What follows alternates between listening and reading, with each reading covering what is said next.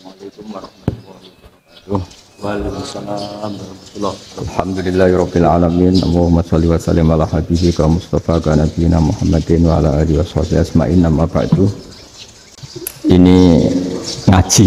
Ngaji itu harus objektif. Objektif itu jujur. Jadi bisa saja korbannya ayah saya, bisa rektornya, bisa semuanya. Tapi korban dengan makna yang bagus.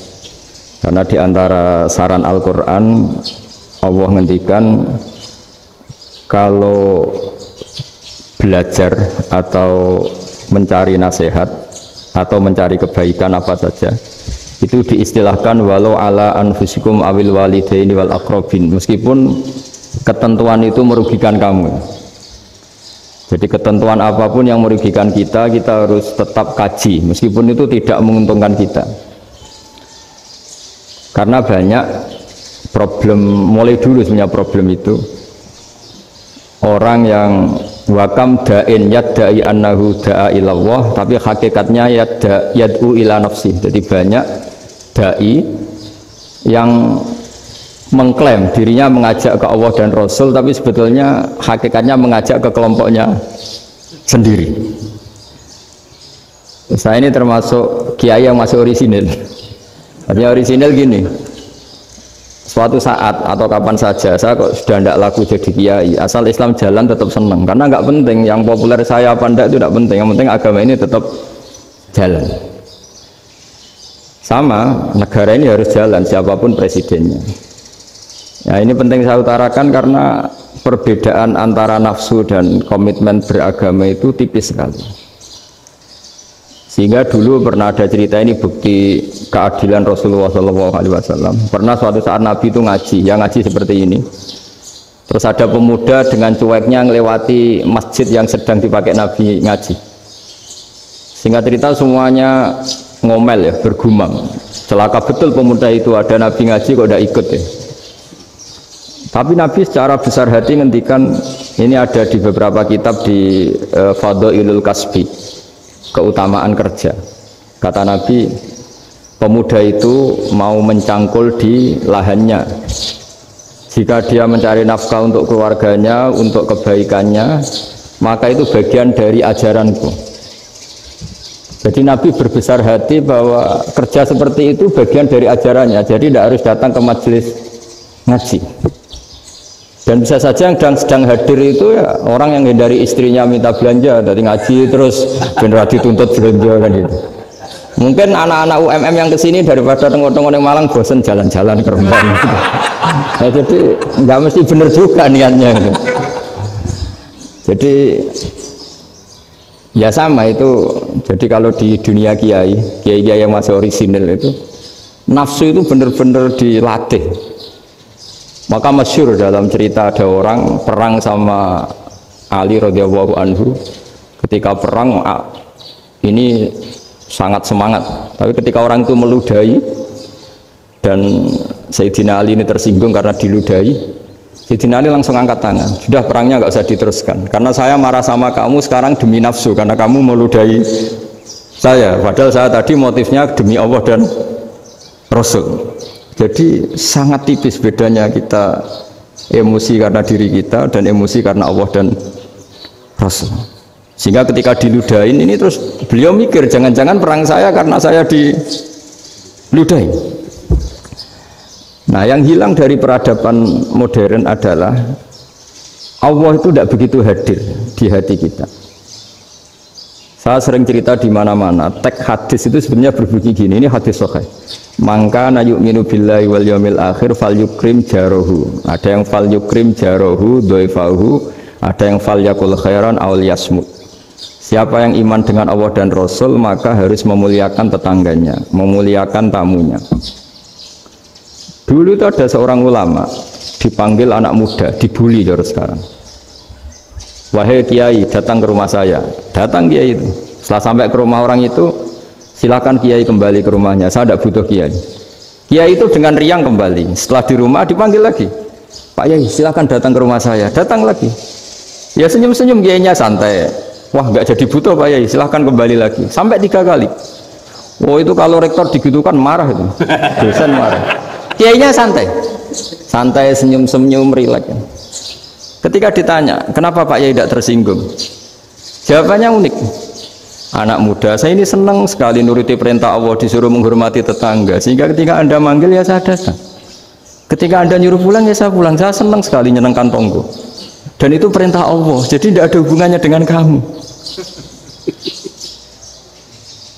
Wah, pemudanya nangis minta dimaafin. Kalau kita kan enggak, kita ini dosen, kiai, mungkin kita doktor, mungkin kita profesor. Tapi kita ini sering didikte oleh orang bodoh. Kalau orang bodoh jengkel, lo kita ya jengkel. Lo kamu jengkel, dijengkelkan orang bodoh itu namanya terdikte. Itu bodoh apa pinter? Wah, itu tidak pinter sama sekali. Kalau betul-betul kamu pinter, hanya bisa didikte oleh Allah Subhanahu wa ta'ala. Jadi antara hukum Allah apa? Wa ahsin man asa'a ilaika, berbuatlah baik sama orang yang berbuat buruk sama Anda. Itu dikteannya Allah. Kalau dikteannya orang-orang bodoh kayak dimangkel ben mangkel, terus kamu mangkel, itu bodoh apa pinter?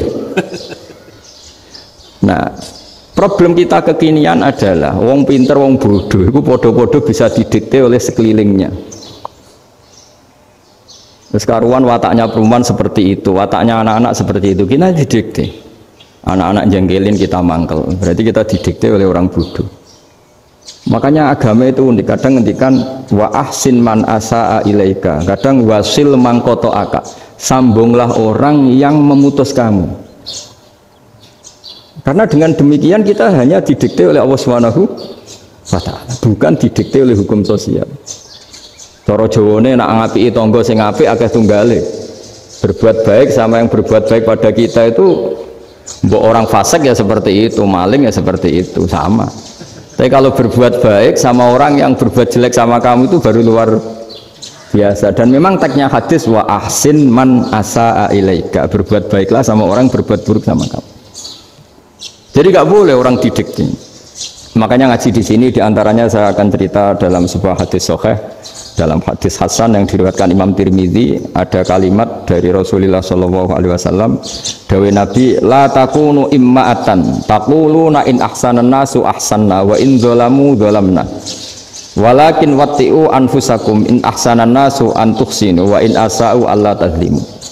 Kamu jangan jadi orang yang mudah diombang-ambingkan oleh orang sekeliling kamu, yaitu kamu mengatakan jika orang baik ke saya akan baik, jika orang buruk ke saya juga akan membalas buruk. Itu namanya Anda didikte. Tapi berkomitmenlah kamu akan berbuat baik meskipun orang lain berbuat buruk. Nah sekarang logika sosialnya begini, kalau di Indonesia itu ada 1000 kiai, ada 1000 profesor yang ingin membenahi Indonesia, rata-rata orang awam itu semau gue, terus mereka mendikte kita, perilakunya nggak simpatik, perilakunya jengkelin, terus 1000 profesor ini ikut jengkel, itu kira-kira jadi solusi apa goblok bareng ya? Sama 1000 kiai ini ikut jengkel, ini jadi solusi apa goblok bareng? Goblok bareng. Nah problem sekarang kita ini biasa didikte orang bodoh. Nah makanya ciri khas orang muslim itu kata Nabi, mangkana yu'minu billahi wal yaumil akhir, jadi baik tetangga karena perintahnya Allah dan Rasul. Pentingnya apa? Bedanya karena berbuat baik ini perintahnya Allah, mbok tonggo apik lah kita tetap apik karena perintahnya Allah dan Rasul. Begitu juga dengan hubungan dengan istri, dengan anak, mbok bojomu lagi cerewet lah ya tetap apik. Karena dengan cara itu kita hanya tunduk kepada Allah dan Rasul. Tapi kalau kamu, istri saya kalau baik ya saya baik, kalau enggak ya enggak, berarti Anda didikte oleh perilakunya dia.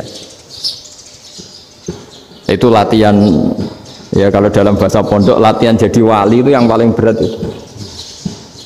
Nabi itu kalau sama orang munafik itu sabarnya Masya Allah, padahal Nabi berso kalau orang itu orang munafik. Karena dengan cara seperti itu, bahwa kebaikan Nabi pada seseorang itu atas perintahnya Allah dan Rasul, bukan atas nama servis. Kalau Nabi hanya baik kepada Abu Bakar, itu mungkin orang bilang, wis adune wong Abu Bakar baik sama Nabi. Tapi kalau Nabi baik sama orang munafik, Abdullah bin Ubay bin Salul, itu kalau nggak perintahnya Allah dan Rasul itu nggak bisa.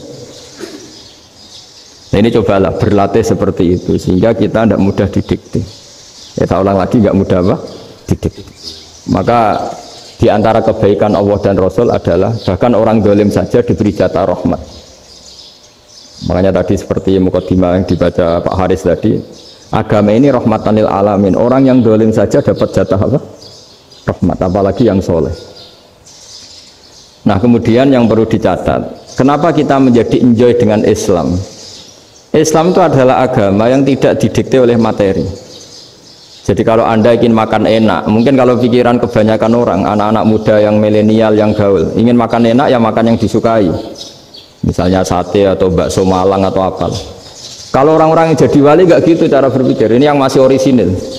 Ditanya, ini dunia baru kesulitan makanan, baru resesi.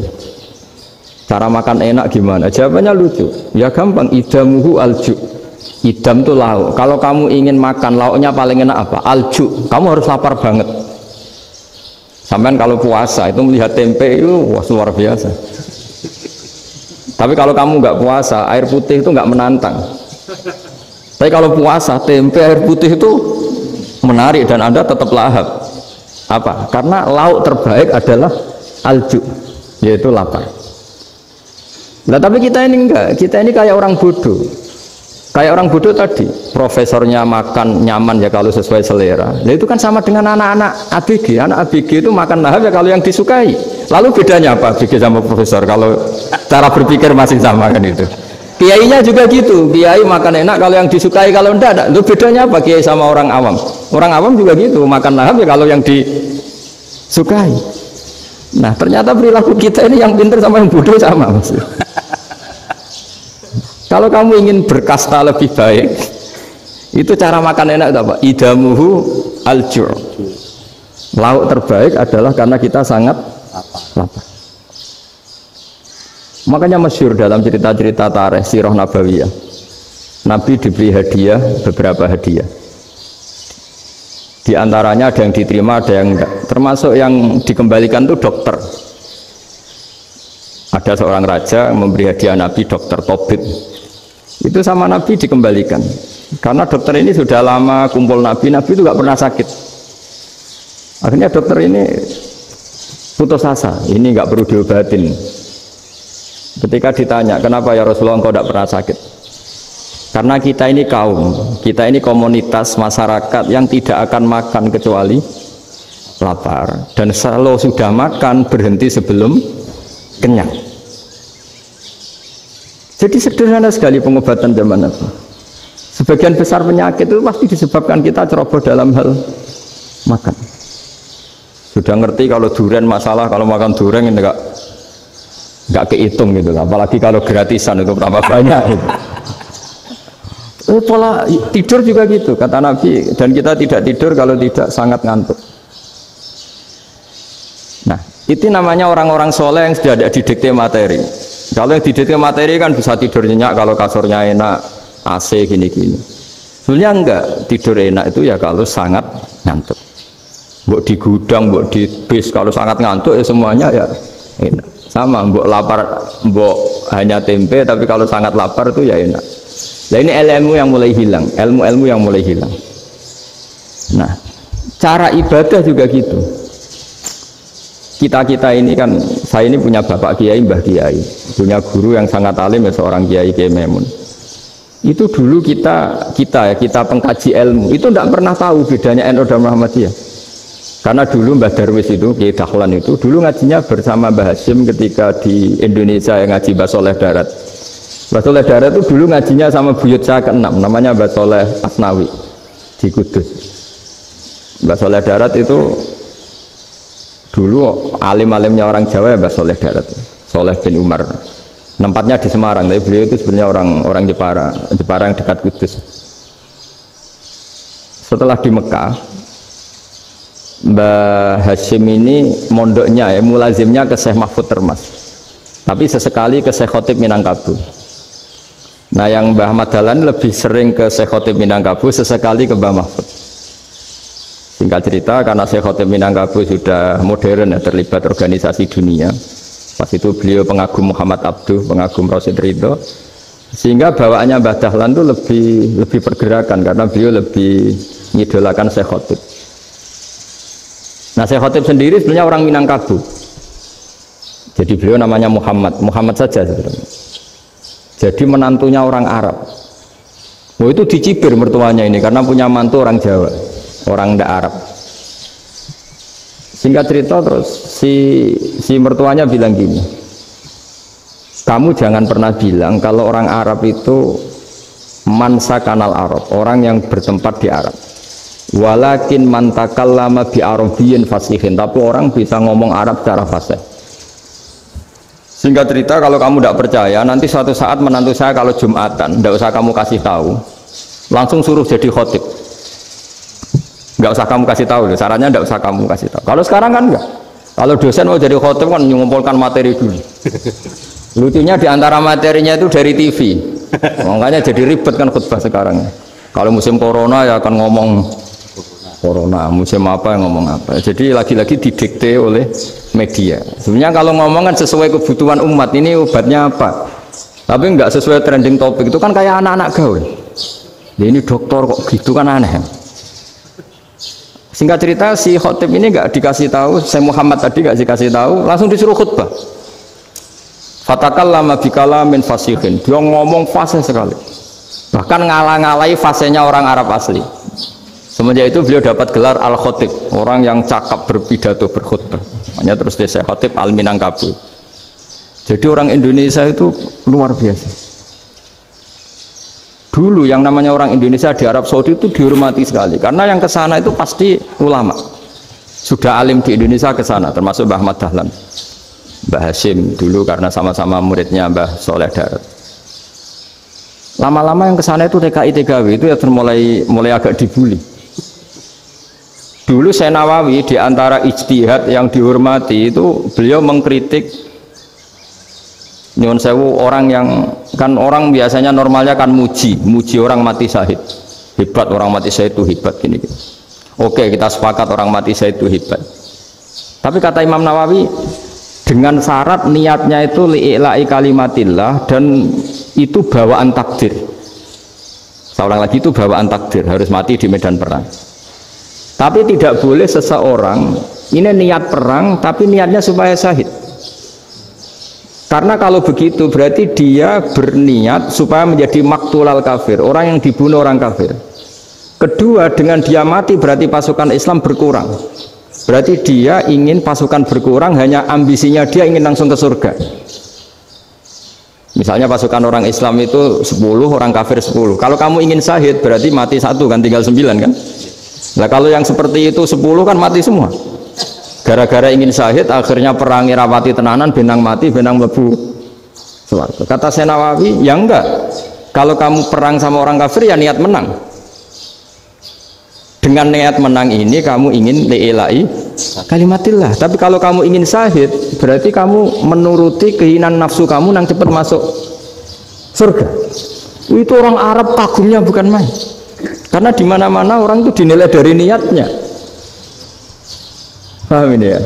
Tapi perang loh ya, dalam kondisi perang, bukan teroris. Perang itu artinya orang kafir yang ingin bunuh kita, itu perang namanya apa? Perang.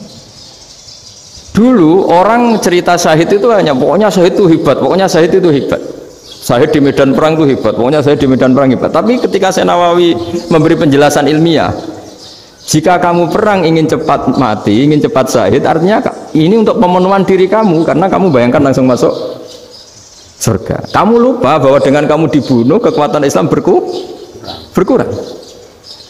Akhirnya beliau memberi penjelasan. Syahid itu bagus, itu sebagai takdir. Hanya takdir itu kita perang yang ingin menang, tapi takdirnya mati. Jangan dibalik. Oleh perang rapati tenanan, benang mati namun bu. Itu yang pertama, termasuk ulama yang pertama memberi penjelasan itu Syekh Nawawi.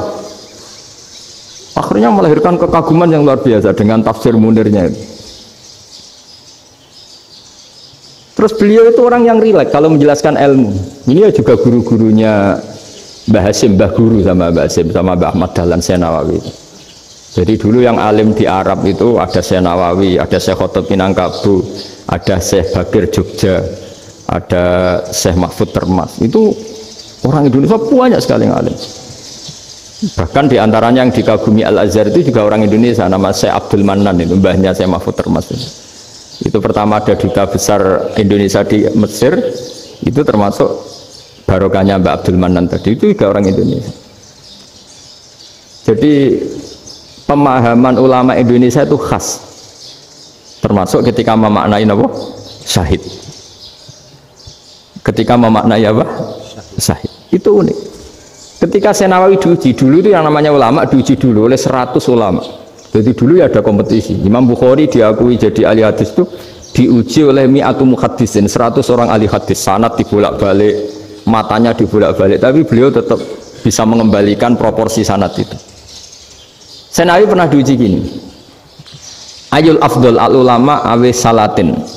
Keren mana ulama sama raja atau sama orang-orang kaya sama penguasa? Ya keren ulama.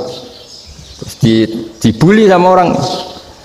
Tapi setahu saya banyak ulama yang antri di rumahnya raja, tapi saya tidak tahu melihat raja antri di rumahnya ulama. Kan kebanyakan kan mungkin ustadz atau kiai yang antri ngajukan proposal kan enggak. Nah, kalau raja kan enggak pati itu, malah enggak usah antri, kiainya sudah nyambut sebelum datang. Jawabannya lucu Senawawi itu, dan yang tanya itu langsung diem.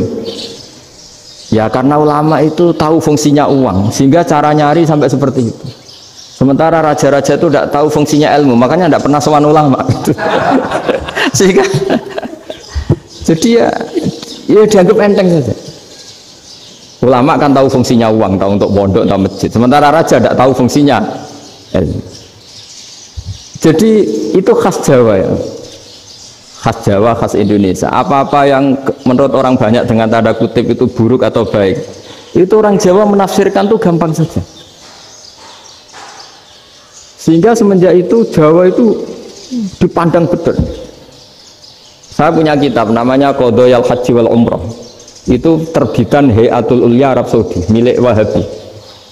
Itu diantara fatwa yang dipakai untuk solusi muskilatul haji, problem-problem haji kekinian. Itu fatwanya syekh-syekh yang dari Indonesia, termasuk Syekh Khotib Minangkabau, Syekh Nawawi Banten, Syekh Bakir Nur Jogja. Misalnya begini, dalam fatwa-fatwa yang menyulitkan kita ya, sampai sekarang jadi perdebatan. Ketika sofa dan marwah itu dengan batas tertentu, saya ulang lagi dengan batas tertentu, mau tidak mau atas nama kebutuhan, itu kan butuh perluasan. Karena kalau naik turun itu mudah disepakati ulama. Jadi misalnya gini ya, saya punya tanah seluas ini. Pasti orang akan mengatakan sampai bawah ya tanah saya, sampai atas tanah saya. Itu mujma' alaih, itu disepakati. Sehingga Nabi ngendikan al-Ka'bah min tuhumil ardi ilas sama Ka'batun. Ka'bah sampai ujung bumi sampai ke aras semuanya Ka'bah. Sehingga tidak ada perdebatan ulama ketika Masjid Haram ditingkat, kemudian yang di atas sholat. Tetap dia menghadap Ka'bah. Tidak harus diluk melihat di bawah, enggak. Karena Ka'bah sampai langit. Sama, tanah Anda kamu tingkat sampai 10, nggak ada tetangga protes. Karena bawah sampai atas tanah Anda. Tapi kalau diperluas, tanah Anda kamu luaskan setengah meter saja atau 3 cm saja, iso geger mbek tonggo. Karena di mana-mana batas itu ya tadi, kalau atas bawah miliknya, kalau samping enggak. Pertanyaannya, perluasan Mina itu ke samping. Perluasannya Matof yang Mas'a itu juga ke samping. Geger kan ulama dunia. Bagaimana hukumnya Mina Jadid? Mina yang diperbarui atau Mina yang diperluas. Itu diantara rujukan baik yang membolehkan maupun yang menentang. Itu ya syekh-syekh Indonesia. Itu orisinal tuh. Saya punya kitab orisinal terbitan Hayatul Ulya, kira-kira ya kemenaknya Arab Saudi kalau di Indonesia itu. Itu yang dirujuk dawuh Syekh Nawawi, dawuh Syekh Khotib Minangkabau. Karena apa? Ada logika khas Jawa. Misalnya begini. Meskipun saya tidak perlu fatwa Mina Jadid sah apa enggak, memang jadi perkhilafan ulama. Misalnya kampung ini dinamai Mina. Pertanyaannya gini, tanah yang di samping ini bisa milik Anda apa enggak? Ya bisa Gus kalau dibeli atau dihibahkan. Berarti tanah di samping Anda menjadi milik Anda karena ada proses pengambil alian lewat beli maupun hibah. Nah masalahnya ini negara itu berhak menganeksasi atau memasukkan ini sebagai Mina. Itu ulama Jawa kalau ditanya alasannya apa? Fa innal muttasila bisyai' hukmu dzalika syai'. Karena yang gantet, yang mutasil itu bisa dihukumi seperti sesuatu itu. Jadi kalau ini Mina, ya yang gantet Mina ini ya bisa dikatakan Mina. Beda dengan membuat Mina Malang Mina, wah itu tidak bisa, ada mutasil kan. Itu enteng sekali ulama Jawa. Satu ya tentu karena kebutuhan, tapi asal masih al-muttasilu bihi, yang masih tanah yang masih mutasil dengan. Nah, ketika perluasan antara sofa dan marwah kan misalnya ini batas luasnya sofa, ini batas luasnya marwah. Lalu atas nama kebutuhan, sofa marwah itu sampai sini. Sampai agak meluas ke sini. Itu geger Arab Saudi. Wah, ini gimana? Padahal tawaf itu harus antara gunung sofa dan gunung marwah. Sa'i itu ya. Tapi kalau istilah Quran memang tawaf sama-sama. Makanya apa? Inna sofal marwata min sya'airillah faman hajjal baita wa i'tamara fala junaha alaihi ayat tawafati. Nah, jadi kalau istilah sa'i di Quran itu masih tawaf. Karena harus ada, kalau bisa lah, bukan harus. Kalau bisa memang harus ada unsur muternya. Kita kalau sa'i kan dari sini sofa sampai sini marwah, terus kan agak muter ke sini. Nah, kan agak membentuk lingkar. Nah, makanya Quran tetap mengistilahkan apa? Tawaf. Jadi bukan sini ke sini terus sini ke sini kan enggak, tapi sini sampai sini terus muter kan, terus sini. Jadi antara setar dan selama ini prakteknya kan gitu ya.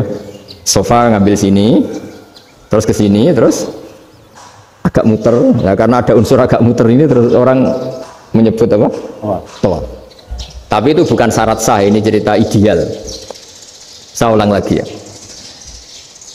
Gunung Sofa itu puncaknya atau pucuknya kalau dalam bahasa Jawa itu ya hanya segini, ini sampai sini. Nah, kelompok Islam yang fikih keras nggak boleh diperluas karena Allah memilih tempat ini itu spesial, jadi nggak boleh ke yang lain. Tapi ketika kebutuhan mendesak, mau tidak mau harus diperluas. Itu jawabnya Kiai Jawa lucu. Gunung sing ketok itu sing dhuwure tok, sikilane luwih hombo. Jadi karena kita kan gunung kan bentuknya gini. Nah, sofa yang kecil itu yang atasnya, tapi sikilannya sini kakinya lebih luas. Jadi boleh perluasan asal tidak melebihi kakinya. Ya dihitung ya lebih luas. Jadi Kiai Jawa itu kayak wong delok gunung Penanggungan, kayak gunung Arjuna. Di mana-mana puncak gunung itu lebih kecil timbang kakinya. Artinya diperluas ini bukan berarti tidak di sofa dan tidak di, itu khas Kiai Jawa. Jadi jangan kira orang Jawa itu tidak hebat-hebat sekali. Termasuk perkembangan hotel di Arab Saudi. Itu dulu sebelum ada hotel, buyut saya kelima atau keenam dulu haji, namanya Badur Rahman. Itu kalau mau ingin apa ya, menghindari terik matahari itu masuk gua. Itu masuk gua itu hanya separuh badan, kakinya di luar. Jadi jangan bayangkan kalau gua di Indonesia kayak gua Akbar di Tuban orang bisa masuk jalan-jalan, enggak. Gua di Arab itu kayak cepitan batu, tidak sampai masuk. Sehingga kepalanya dimasukkan, kakinya masih kena matahari, saking panasnya Arab Saudi. Sehingga dalam bayangan hijrah ketika Nabi bersembunyi di gua apa? Sur, itu kata Abu Bakar, kalau orang kafir melihat kakinya pasti melihat kita karena nggak bisa masuk penuh. Jadi orang itu mau dempes tok. Sehingga ya kira-kira luasnya gua paling segini. Makanya guyonannya kiai-kiai itu untung nggak kayak gua Indonesia. Kalau kayak gua Indonesia laba-labanya capek karena luas sekali. Jadi jangan bayangkan gua Arab tuh kayak gua Indonesia. Makanya bayangannya andai kan orang tuh melihat ke bawah pasti melihat kita karena orangnya nggak bisa masuk penuh, nggak bisa masuk 100%. Ya kayak cepitan batu lah mirip. Itu kan mirip Gunung Uhud. Gunung Uhud kata Rasulullah, nanti kalau kamu perang itu di atas, menang atau kalah di atas, musuh biar di bawah, dengan di atas kamu bisa manah. Jangan bayangkan kayak Gunung Merapi, kayak Gunung Penanggungan. Lah kalau Gunung Penanggungan mana ke bawah yang leyang kan? Jadi gunung di Arab itu kayak bukit. Ya sampean pernah kan ke Uhud itu ya sama ini aja tinggi ini kan? Nah ini yang ada mulai ada mis. Makanya nerjemah itu susah di Indonesia. Karena jabal itu udah harus tinggi. Kalau tinggi nggak bisa manah dari atas ke bawah kan nggak ngefek kan. Sama kalau ke Uhud gunungnya kan pendek sekali sehingga yang manah dari atas ke bawah ya kalau kena musuh ya celaka karena memang dekat. Nah kalau gunung Indonesia manah dari atas ke bawah yang ngelayang nggak ngefek. Nah itu susahnya nerjemah bahasa Arab ke kita. Jadi apa ya, transkrip itu nggak gampang karena ada pengertian yang beda. Kita kalau bilang gunung itu tinggi sekali sampai banyak mahasiswa tersesat ya saking tingginya. Kalau orang naik Uhud nggak akan tersesat, wong ketok dari bawah itu. Nah ini pentingnya ngaji ya. Jadi akhirnya ulama-ulama Indonesia itu dipakai rujukan. Jadi mulai Mbah Hasyim, Mbah Ahmad Dahlan sampai era buyut-buyut itu masih orang alim. Lama-lama yang di Indonesia ini orang-orang yang bodoh. Sehingga orang Jawa kalau ke sana dibully, ya Jawa tak kuluh kaya. Orang Jawa itu penggaweannya itu makan ular. Karena belut itu kalau di kamus itu persis ular. Dulu itu kan kamus tidak full color. Gara-gara gak full color, gambar belut sama ular itu sama.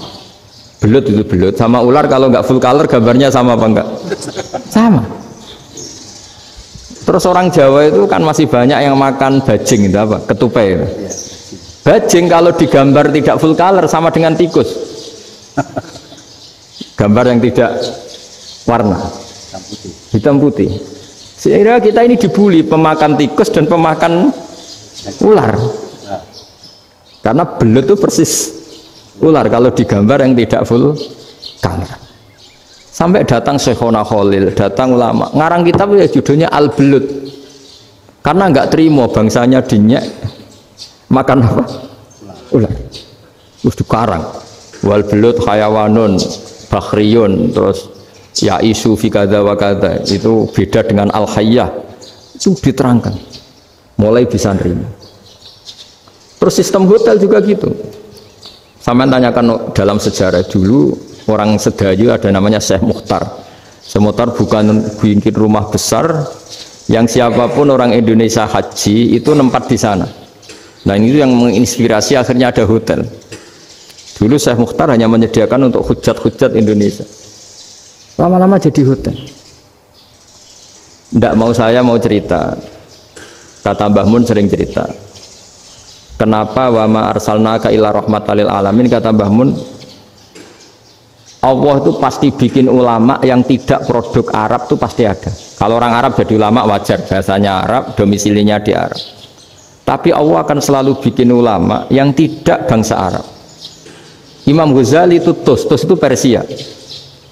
Imam Bukhari itu kira-kira kalau sekarang ikut Uzbek. Ya, Imam Bukhari itu kalau negara sekarang ikut mana? Uzbek. Kenapa demikian kata Mbah Mun? Karena Allah sudah ngendikan wama arsalnaka illa kafatal linnas. Manusia semua ini kena khitabnya Islam. Kalau tidak ada ulama yang dari berbagai negara, kesannya Islam itu hanya milik orang Arab Saudi. Makanya Allah selalu bikin ulama-ulama yang bahkan tidak Arab. Termasuk Imamul Muhaddisin, yaitu Imam Bukhari itu orang Uzbek, orang Rusia lah kalau sekarang, ikut Uni Soviet dulu. Imam Ghazali itu orang Persia. Syekh Nawawi itu orang Banten. Karena Allah ingin memaklumatkan bahwa Islam ini untuk semua, sehingga orang yang tidak Arab pun bisa belajar Islam. Yang alimnya itu nggak kalah sama orang apa? Arab. Makanya ini PR ya. Kalau Gus Dah Ploso nanti ngendikan suatu saat orang belajar Islam itu bahkan orang Arab pun bisa belajar ke Indonesia. Kalau orang Indonesia bisa alim betul kayak dulu. Sekarang banyak liga antar ulama. Itu orang Indonesia pasti masuk. Ulama-ulama top dunia itu pasti orang Indonesia banyak yang masuk. Karena tadi ketika orang Indonesia baca kitab, itu orang Arab itu kagum, kok bisa ada bahasanya baca secara benar. Bukan sekedar bisa baca secara benar.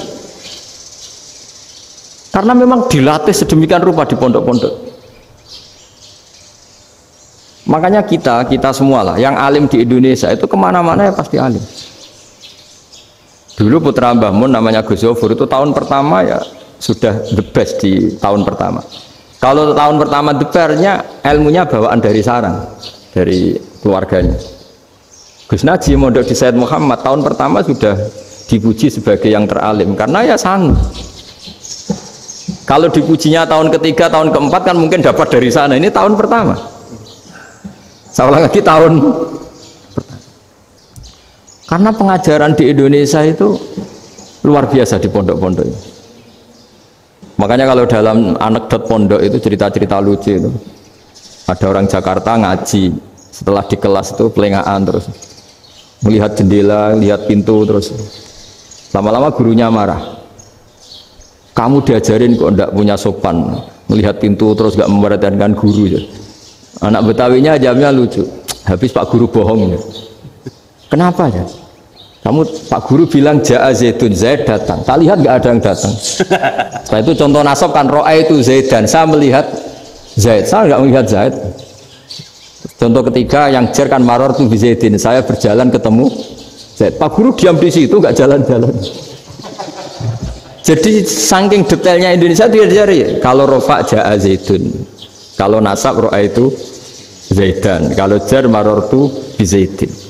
Nah si murid Betawi ini karena pertama sekolah ngiranya gurunya itu cerita Zaid datang, makanya dia lihat pintu terus, mana katanya datang kok tidak datang-datang. Nah dengan latihan seperti itu kemungkinan orang Indonesia salah itu kecil karena memang dilatih betul. Saya ulang lagi karena memang dilatih betul. Sehingga ketika orang Indonesia ini yang cerita seorang wartawan, ini kisah nyata. Kalau ini tidak anekdot, kisah nyata. Ada wartawan internasional meliput Ramlah itu di Gaza, di Palestina. Wartawan Indonesia ini hanya bisa bahasa Inggris. Dijak ngomong bahasa Arab. Terus dia bilang saya tidak bisa. Saya tidak bisa. Saya bisanya ngomong Inggris. Tapi apa yang terjadi setelah sholat? Si Indonesia ini jadi imam pakai sholat jariyah lagi. Baca bismillah benar, bismillahi jer karena mudhof ilaih. Terus ketika iktidal ya benar, Rabbana lakal hamdu mil'u samawati wa mil'ul ardi benar. Ketika tahiyat ya benar, at-tahiyatul mubarakatuh sholawat. Sama orang Arab ini diambungi. Orang Arab kalau senang orang itu dicium. Kamu tawaduk, sebenarnya kamu tuh ahli bahasa Arab. Karena orang Indonesia sekali sholat itu nggak ada yang salah, meskipun benarnya karena hafalan, tapi bagi yang ahli nahwu itu hebat. Misalnya kita kalau ngapalkan kan bismillahi, bismi jer karena ba, Allahi jer karena mudhof ilaih, ar-rahmani jer karena sifat, ar-rahimi karena sifat, alhamdu rofa karena mubtada, lillahi jer karena ada huruf jerli, robbi jer karena sifat. Sebetulnya tidak karena pinter, tapi karena hafalan. Tapi orang Indonesia hebatnya itu benar terus. Rabbana lakal hamdu, ya kan, alhamdu rofa, terus mil'us samawati ya rofa karena sifat. Sehingga terus orang Indonesia kalau sholat di Timur Tengah itu dipuji karena makhrajnya ya benar, rofa nasabnya juga benar. Nah itu di negara lain tidak ada nggak Indonesia. Orang Cina itu sering bikin marah orang-orang Arab karena kalau dongo itu nggak fasih kayak orang Indonesia. Orang Indonesia kalau dongo ya Allahumma tohir qalbi.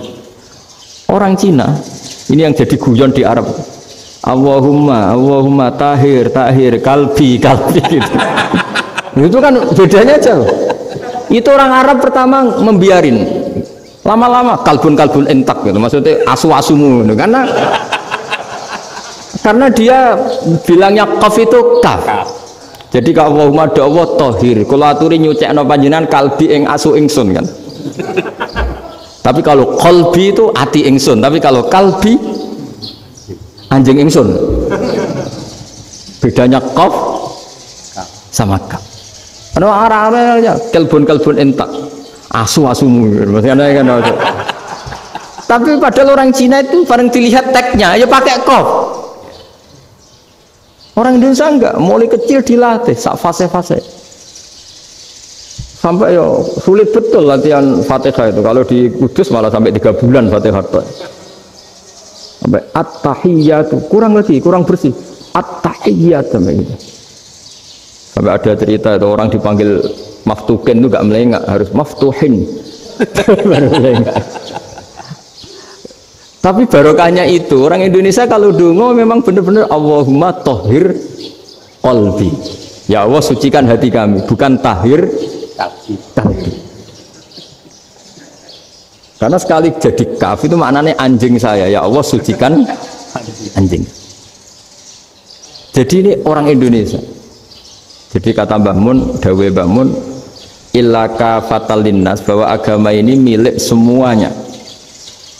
Itu diantara bukti Allah menghendaki atau mendesain Islam seperti ini, orang yang belajar di Indonesia itu pengetahuannya Islam, pengetahuannya tentang Islam itu tidak kalah sama yang belajar di Al-Azhar, sama yang belajar di Arab Saudi. Makanya ini PR-nya UMM, PR-nya IAIN, PR-nya UIN. Bisa enggak sealim mereka dalam bahasa Arab? Nah, bahasa Arabnya mau man anta, ana zaidun. Jangan sampai, karena kita di sana ini kadang dibully. Orang Arab tuh kalau bully kita, sampai tak kasih cerita. Itu ngawurnya Masya Allah. Kata dia, ada anak orang Indonesia haji. Si anaknya orang Indonesia dijotos sama anaknya orang Arab. Dijotos, dipukul.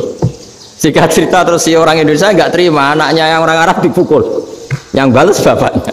Orang Arab tanya, lima ada dorob ibni, kenapa kamu mukul anak saya? Itu orang Indonesia baca, wah aku sudah. Jadi hanya bilang gitu. Artinya anak saya dihada ya maka tak ada. Arabnya gitu. Anak saya dipukul maka saya balas mukul. Itu orang Arab mantuk-mantuk oh gitu. Paham? Suatu saat ada orang Indonesia itu sama orang Arab itu dilus-lus itu ya digini-giniin. Karena dia latihan bahasa Indonesia, latihan bahasa Arabnya itu masih mufrodat. Jadi kalau mengartikan yadun itu tangan, saro itu jalan. Jadi kalau jalan ya saro-saro. Roksun itu kepala. Ana itu engsun. Jadi karena dia nggak ngerti penggunaannya. Itu bahasa Arabnya itu yadun anta. Jadi bukan yaduka tapi yadun anta. Berarti tangan kamu. Saro-saro itu jalan-jalan. Ala roksi ana yang atas sirah ingsun. Jadi mestinya yang benar kan yaduka saro ala roksi atau gitu. Tapi enggak dipotong-potong. Yadun tangan kan, anta kamu. Berarti tangan kamu. Saro-saro jalan-jalan. Roksun itu sirah, anak ingsun. Jadi di atas kepala saya. Orang Arab tertawa-tawa. Tapi paham? Maksudnya seperti itu. Jadi kita ini dibully di Arab itu Masya Allah. Jadi akhirnya lahirlah ulama-ulama tadi yang saya sebut tadi. Bahkan pernah lama sekali ulama Indonesia itu jadi master di Arab Saudi. Yaitu Senawi Banten. Itu kalau orang sana bilang itu Sayyidu Ulama Il-Hijaz. Top-topnya ulama Mekah Madinah. Padahal beliau orang Indonesia. Dan dimakamkan di Ma'la itu dekat makamnya Sayyidah Khadijah. Karena sangat dihormati. Nah, di antara sebab dihormati adalah ketika orang memahami syahid, maknanya pokoknya maktulal kafir. Syahid itu adalah orang yang kalau perang itu mati di medan perang. Itu Imam Nawawi merinci secara detail. Kalau dia perang supaya tujuannya mati syahid cepat ke surga, berarti dia nuruti hadzun nafsi, ingin cepat ke surga. Tapi dia lupa bahwa dia dengan terbunuh pasukan Islam berkurang kekuatan. Maka syarat perang yang benar adalah ya ingin menang. Di mana-mana perang ya lillahi kalimatillah, supaya kalimat Allah itu menang, jangan ingin kalah. Soal dia mati takdir, tapi jangan ingin mati. Wah, itu terus dikagumi. Ternyata memang oh iya ya, kalau pasukan Islam 10 kafir 10 kita ingin syahid, berarti ya kalau orang ingin syahid kan terus mungkin perangnya ada hati-hati, main ngawur saja terus kalah mati. Apa kalon satu kan terkurangi satu kan. Nah kalau semuanya 10 punya niat gitu, nah itu Senawawi. Senawawi itu orang yang begitu gampang nerangkan Quran.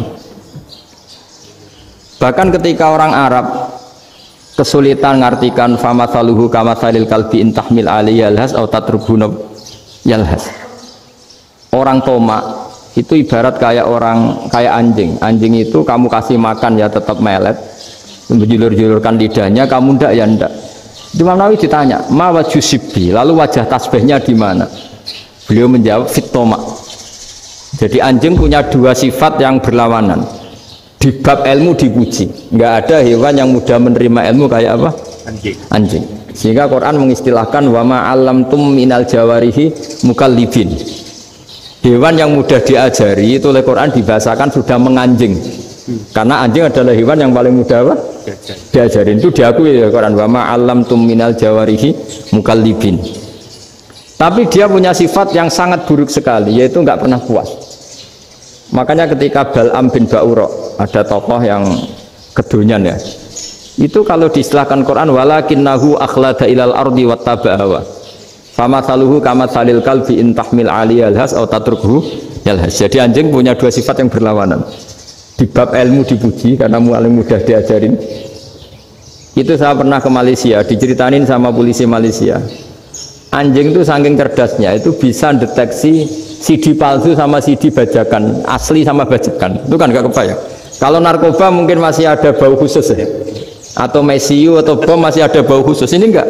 Anjing itu dilatih ngecek CD yang asli sama yang palsu. Oh itu kebablas itu pinternya itu. Itu harganya itu 1 miliar lebih. Paling mahal. Jadi mungkin bisa deteksi ini dosen betul apa abal-abal itu bisa. Itu kiai betul apa kiai pesanan itu mungkin bisa. Itu saya punya kitab namanya Al-Hayawanul Kubro. Itu cerita prestasi-prestasi hewan. Itu yang berkuras-kuras sampai berjilid-jilid. Itu ya cerita anjing. Nggak ada hewan sebaik anjing.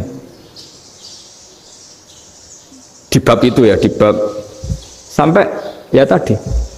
Ada anjing yang sangat loyal sama majikannya. Loyalnya Masya Allah, sopannya Masya Allah. Anjing itu mbok lama berbakti sama sampean, nggak mau tidur di ruang tidurnya sampean, dia tetap tidur di luar. Corong Jawa nggak ngelama. Suatu saat si raja ini minum, wisata minum. Pas mau minum diterjang sama anjingnya sampai tumpah. Kecewanya raja ini itu karena selama ini anjingnya sopan sekali. Sekedar ganggu di ruangannya nggak pernah, malah ini mau minum minuman yang disukai diterjang anjingnya tumpah. Marah kan anjingnya di mana? Ternyata apa? Minuman itu anjing ini tahu kalau minuman itu beracun, diracuni oleh musuhnya. Itu saking hebatnya anjing sampai ketika ngawal rajanya itu tidak sekedar ada penjahat atau maling. Bahkan trik-trik kayak minumannya diracun oleh orang lain itu anjingnya tahu. Sehingga pas mau diminum diterjang sampai terus supaya nggak keminum. Makanya Quran istilahkan anjing itu apa? Wa ma alamtum minal jawarihi mukallibin. Hewan piaraan yang kamu ajarin nanti sampai sepinter anjing. Makanya Ashabul Kahfi itu ketika ngajak anjing tadi, beliau tidur, anjing itu tidurnya bil wasit. Wakal buhum basitun zira'aihin bil wasit. Jadi dia tidur dalam posisi siaga. Loh coba anjing itu nggak pernah sekolah. Karena dia posisi menjaga, tidurnya itu kayak siaga gini. Bukan ngorok semadep ke atas terlentang, itu enggak. Andai kan dia tidur terlentang itu kan yang mau mengganggu kan, wah sunai turwa, itu enggak. Dia tidur posisi siaga, makanya disebut lawit tolak ta'alaihim lawalaita minhum firoron. Kalau kamu melihat anjing itu pasti lari karena dia posisi siap merekam. Jadi tidur tapi posisi siap merekam. Jadi matanya tetap terbelalak kayak siaga. Padahal itu nggak diperintah, ya dia memang punya nalar untuk itu. Ini disebut wa ma alamtum minal jawarihi mukallibin. Dan dalam teori modern juga gitu. Tapi dalam hukum Islam yang dianut mazhab Syafi'i itu anjing tetap najis.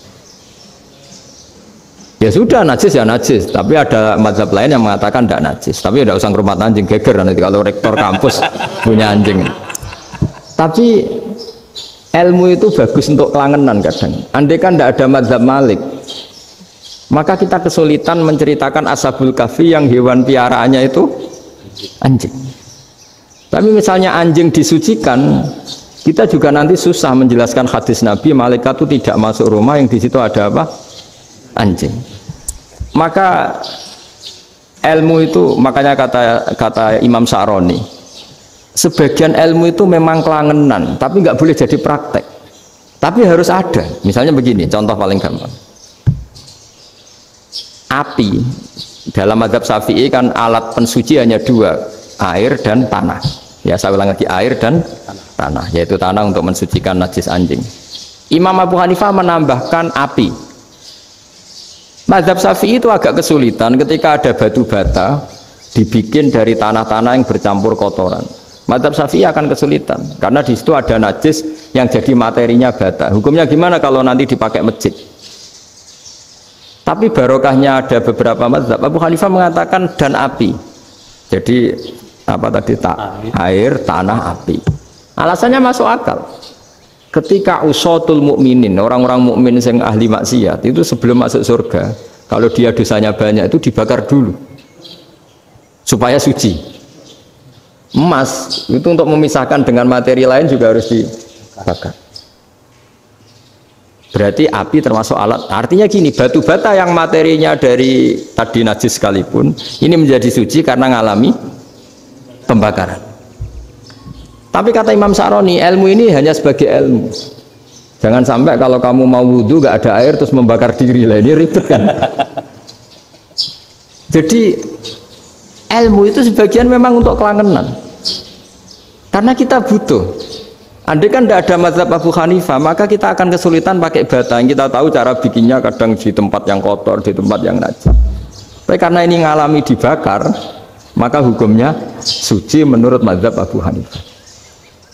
Dan itu sering ulama itu sampai apa? Saya punya kitab fikih namanya Fardul Masail. Pengandaian ada masalah, jadi masalah itu belum terjadi tapi diandaikan. Misalnya kayak di Texas, bumi itu bulat bola. Texas itu kalau dibor itu pas Ka'bah. Lalu kiblatnya di mana? Bumi ini kan hanya rubuk-rubuk seperempat, yang ada arah itu seperempat. Tapi kalau Ka'bah itu sama Texas, atau Texas dengan Ka'bah itu lalu kiblatnya mana? Mau sudah bebas arah. Maka ilmu mengatakan maro'ahu muslimuna hasanan fawa indawa hasanun. Kamu jangan nuruti ilmu hakikat tapi nuruti mindset. Kalau mainstreamnya orang banyak seperti itu, mindsetnya orang sana misalnya Ka'bah sana ya ikut sana. Tapi ini tidak mewakili hakikat karena kalau yang 380 derajat itu kan terus ribet. Makanya ini kesulitan di bab-bab fikih. Ya saya ulang lagi, kesulitan di bab-bab fikih. Makanya fikih itu selalu bicara, misalnya gini, ada orang sholat. Saya ulang lagi. Setelah salam pertama dia kentut, itu sholatnya batal apa enggak? Itu lama berdebat.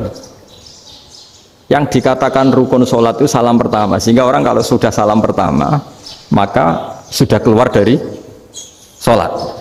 Maka kalau kentut nggak apa-apa, wong yang keluar dari sholat itu salam pertama. Tapi lalu pertanyaannya, kenapa Nabi salam 2 kali? Lalu yang kedua gunanya apa? Ribet kan, partai ini kalah pasti kalau ditanya gitu. Tapi kalau ditanya dibalik, sholat itu satu ibadah yang dimulai dengan takbir, yang diakhiri dengan salam. Berarti salam pertama itu pengakhir apa nunggu salam kedua? Pertama, di semua ulama bilang salam pertama.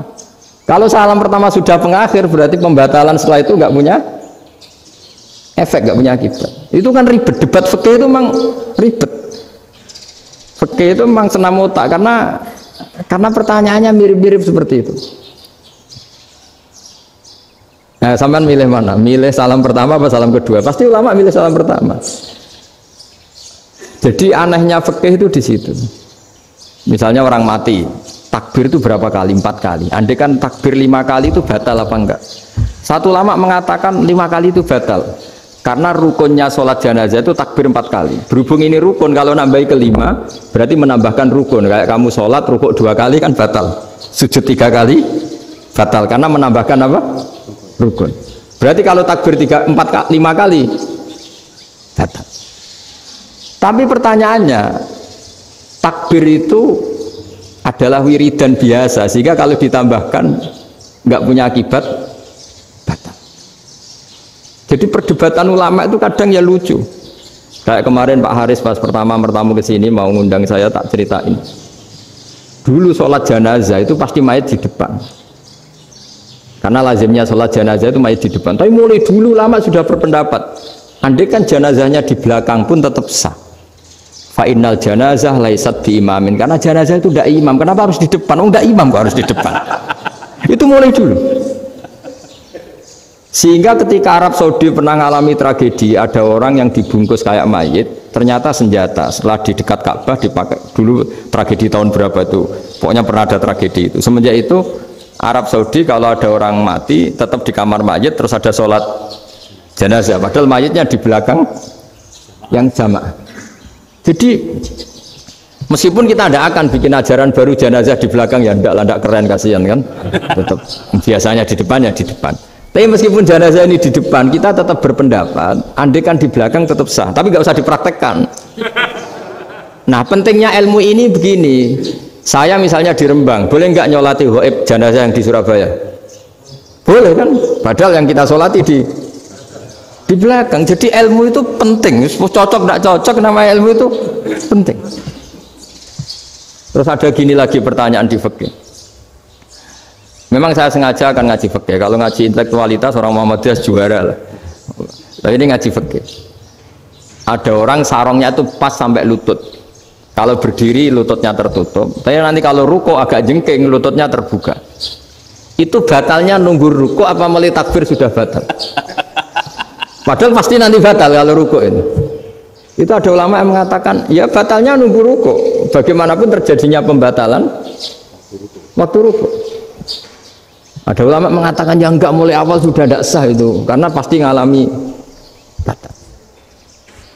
Nah, pertanyaan-pertanyaan seperti itu penting karena lalu Allah menilai apa? Ya nilai niatnya. Misalnya gini, kalau contoh itu mungkin Anda tidak tertarik, tapi contoh begini. Kita mau operasi jam 10 siang. Kita tahu kalau nanti 10 siang akan divonis medis harus makan karena mau berobat. Malamnya itu kalau kamu orang soleh, bayangkan kamu orang soleh. Kalau tidak orang soleh kan tidak punya komitmen.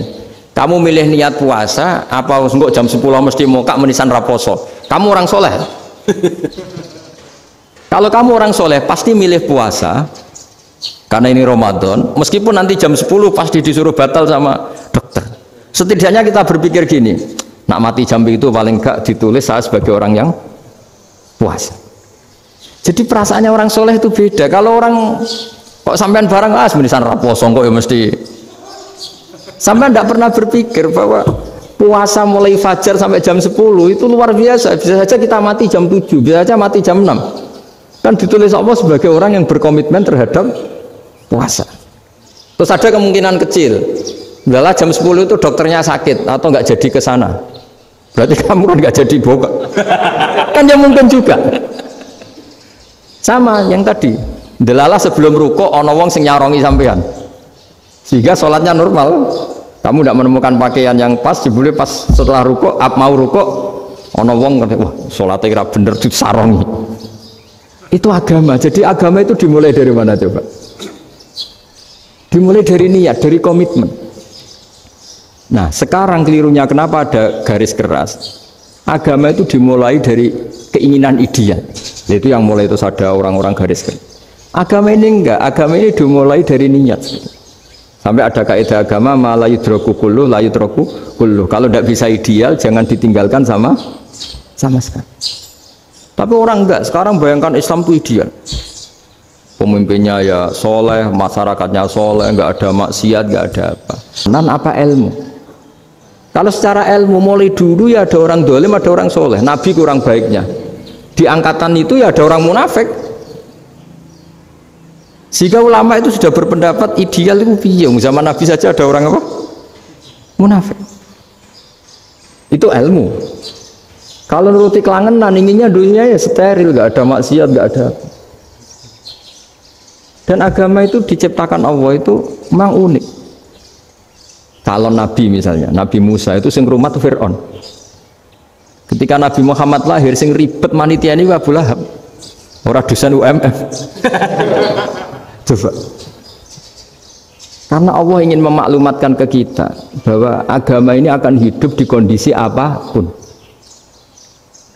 Asia, istrinya Fir'aun itu termasuk mukminah yang dipuji Quran. Padahal dia bukan istrinya pengurus NU atau pengurus Muhammadiyah, istrinya Fir'aun. Tapi itu pelajaran bagi kita bahwa orang-orang baik itu tidak harus di lingkungan yang baik.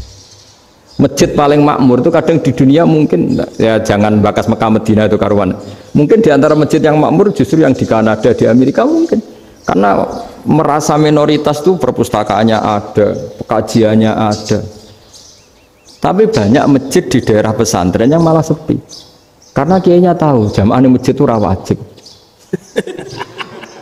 Lalu itu ada daerah pesantren, saya ulang lagi ada daerah pesantren. Didikon pengajian, monggo nekani pengajian, maca selawat ning omah ganjaran padha wae. Ribet kan? Mau dibantah itu benar, mau dibiarin merusak tatanan. Jadi saya mohon sekali ya, jadi ilmu itu diperbandingkan supaya perbedaan-perbedaan itu biasa. Dulu Imam Malik itu punya murid namanya Imam Syafi'i. Itu dalam banyak hal. Itu perbedaannya tajam sekali. Ya saya ulang lagi, dalam banyak hal itu perbedaannya tajam sekali. Misalnya begini. Ini terakhir percontohan saya fikih, nanti dikaji sendiri. Ada seorang A'rabi, Ja'a A'rabiyun. Ini di hadis sahih diulang-ulang di semua Al-Kutubus Sittah ada peristiwa ini. Ja'a A'rabiyun ila Rasulillah sallallahu alaihi wasallam faqala ya Rasulullah ahlaktu. Qala wa ma ahlakaka? Qala wa qatu imraati fi nahari Ramadan. Ya Rasulullah, saya ini orang yang rusak. Kenapa? Saya ini hubungan intim sama istri saya ketika masih siang Ramadan. Singkat cerita orang ini dihukum berat sama Nabi. Hukumannya adalah karena dia membatalkan puasa ketika dengan hubungan intim. Sama Nabi dihukum, kamu harus merdekakan budak. Wah, tidak mampu ya Rasulullah, saya tidak punya budak. Jadi ini bukti bahwa agama ini sangat sosial sehingga sebagian kafaroh harus memerdekakan budak. Kamu kalau gitu puasa 2 bulan. Nah, baru puasa 2 hari aja kecelakaan malah disuruh puasa 2 bulan. Ya sudah kamu ngasih makan 60 orang miskin. Saya ini orang paling miskin. Jadi sudah miskin agak hiper lah orang itu, poso-poso kok gitu. Itu kata ulama, kalau orang Jawa nggak mungkin makanannya tempe mendoan, nggak mungkin itu. Di Jawa itu nggak mungkin lah ada orang batal puasa karena hubungan intim.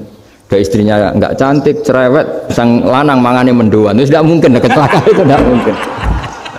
Tidak mungkin itu. Tapi kalau Arab mungkin karena makanannya daging. Singkat cerita, terus pertanyaannya gini, kalau batal biasa itu kan bayarnya puasa 1 hari. Kalau batal, tapi kalau batal pakai hubungan intim, pakai jima kalau dalam bahasa fikih, itu kafarohnya berat, yaitu merdekakan budak atau puasa 2 bulan berturut-turut. Pertanyaannya gini, jima istri itu boleh loh tidak zina. Seorang jima istri itu boleh loh tidak zina. Itu kan hukumannya berat. Nah terus Imam Malik berpikir kalau gitu tidak harus jima dong. Poso-poso, ora ana uzur, ora ana apa terus nyate. Esuk mangan bakso. Tanpa ada alasan syar'i. Hukumnya harus sama dong. Karena jima hukumnya boleh, berarti semua iftar, semua pembatalan puasa yang tidak ada uzur syara' maka hukumnya sama, yaitu sanksinya sama. Masuk akal enggak? Masuk akal dalam mazhab Imam Malik. Dalam mazhab Syafi'i enggak. Mulai dulu jima itu beda.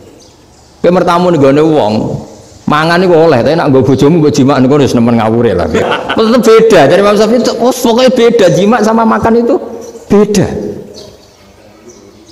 Lah ya terus setelah itu terus ada pertanyaan, bagaimana kalau makan dulu baru jima? Ribet kan? Makanya itu sampai dibabkan Kitabul Khilafil Fiqhi, bab merekayasa fikih. Makanya itu perdebatannya orang Hanafi sama Imam Syafi'i juga sama. Ada orang jam segini lapar sekali, kalau langsung makan kan kena sanksi. Ya pergi aja dulu, pura-pura ngaji ke Gus Bah gitu. Nanti kan jadi musafir kan. Wah itu sudah boleh itu kan. Musafir. Padahal enggak. Memang dia pergi itu karena supaya bisa makan. Mau enggak kepikiran ngaji, tahu-tahu ingin ngaji. Mumpung Ramadan lah. Nah makanya dibabkan apakah boleh merekayasa fikih. Tapi fikih bisa apa coba? Dengan status kamu musafir, ya memang boleh iftar, boleh berbuka. Nah itu terus jadi terus perdebatan ulama menyangkut fikih. Karena memang masalah furu'iyah. Sehingga termasuk perdebatan kita dalam perilaku. Misalnya ada orang NU kalau habis salam itu menghadap ke kiblat karena arah terbaik itu kiblat. Tapi sebagian orang Muhammadiyah atau mungkin semuanya menghadap ke makmum. Itu memang teks hadisnya itu kita yang meneliti hadis itu semua syarah itu berdebat. Nabi memuji kiblat itu arah terbaik, oke. Tapi di bab itu Nabi itu aqbala alaina, menghadap ke kita. Lalu pertanyaannya, kenapa menghadap ke kita? Ada mengatakan karena Nabi memang punya tradisi kadang ngendikan. Ya tentu dulu istilahnya tidak kultum, nggak ada istilah itu dulu, 7 menit itu nggak ada. Tapi ada ulama yang analisis begini, termasuk kitab Fathul Bari. Nabi itu tokoh sentral, taruh lagi Nabi itu tokoh sentral. Ini kata kitab Fathul Bari, bukan kata saya. Nah orang-orang yang imamu kaumi, orang-orang yang jadi imam di daerah masing-masing, tetap kalau sholat itu ikut Nabi. Ikut Nabi setelah salam langsung pulang. Jadi sebetulnya salam langsung pulang itu ada sejarahnya karena dia mau jadi imam di daerahnya. Nah, tidak kebayang kalau Nabi itu madhep kiblat. Kalau Nabi madhep kiblat, orang yang masbuk yang barusan datang pasti langsung usolli misalnya fardhu isya'i misalnya. Terus makmum Nabi, padahal Nabi sholatnya sudah selesai. Jadi intinya gini kata Fathul Bari, imam setelah salam itu harus bikin gerakan atau omongan atau apa saja yang menunjukkan kalau sholatnya selesai. Di antara gerakan itu adalah beliau harus menghadap ke hadirin atau menghadap ke utara atau apa saja yang penting menunjukkan kalau sholat ini sudah selesai. Itu fikih. Jadi fikih itu cara menganalisis itu memang unik. Karena kalau Nabi tetap seperti itu, posisi pancet seperti itu, maka orang yang baru datang mengira Nabi masih sholat. Nah, pertanyaannya kalau mereka sudah takbir, malah sholatnya tidak sah. Kenapa tidak sah? Menggantungkan sholat atau mengikatkan sholatnya dengan orang yang sudah tidak sholat. Jadi menjadikan orang yang nggak sholat sebagai imamnya, kan nggak boleh. Maka Nabi harus memaklumatkan dengan gerakan itu bahwa beliau sudah tidak sholat. Karena orang datang dari berbagai daerah. Jadi nganalisis fikih, fiqhul hadis namanya. Itu ulama itu mau tidak mau debat. Karena pertanyaannya itu kenapa?